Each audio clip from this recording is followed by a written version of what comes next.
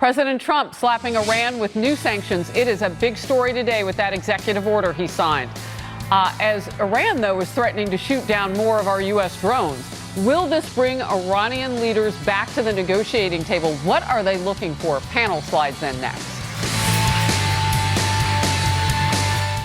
So it has been breaking news today, and we have brought it to you. The president signed that executive order targeting Iran's supreme leader and his associates with hard-hitting financial sanctions, in his words, in response to the downing of a U.S. Navy drone last week. But the president still insists he does not want a conflict. Watch. America is a peace-loving nation. We do not seek conflict with Iran or any other country.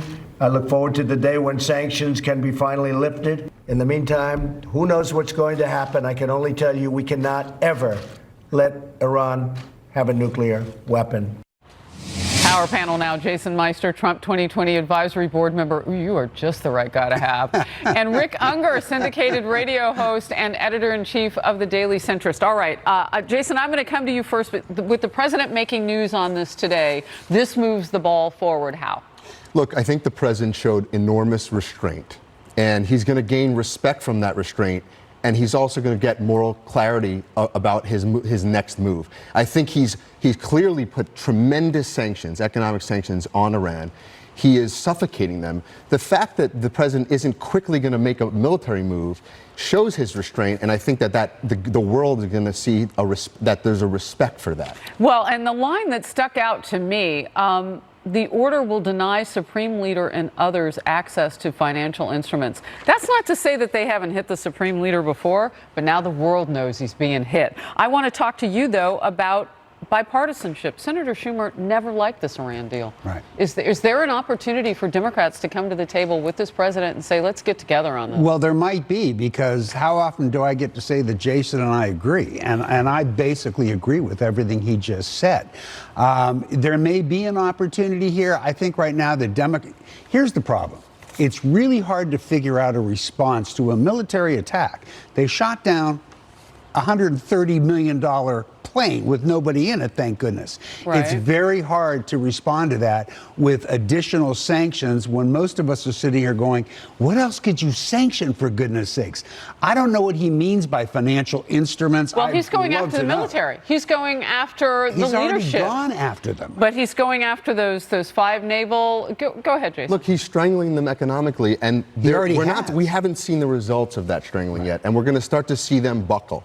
And this president, that's why he was elected. Unconventional approaches to problems that haven't been solved by both Democrats and Republicans for decades. I am much less certain, though. Let me give you one example from what I've been able to ascertain today.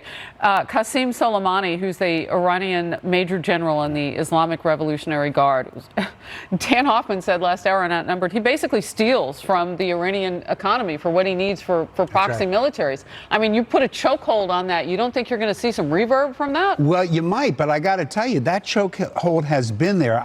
Wait, did you want the president to respond to an unmanned drone? Am I hearing you right? You wanted the violence? No. Is that what you're calling for? No. I said I agreed with Jason. No, I'm glad he didn't do that. So besides sanctions, what would you do? I understand the pickle the president has here, and I'm sympathetic towards it, because I don't know that there's much more you can do with sanctions. We are strangling them. You're absolutely right.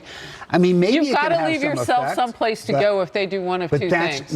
What happens if they come back early July and they start to enrich that uranium? What happens if they hit another ship in that shipping lane? And by the way, Rick, that's the problem with and that's the problem with the Iran nuclear deal, was that there were sunset clauses. So by renegotiating a deal with Iran, we can finally end the possibility of a nuclear weapon. But you're assuming that Iran will sit down and renegotiate a better deal with us. I got to run. Gentlemen, I'll bring you back. I'll be right back.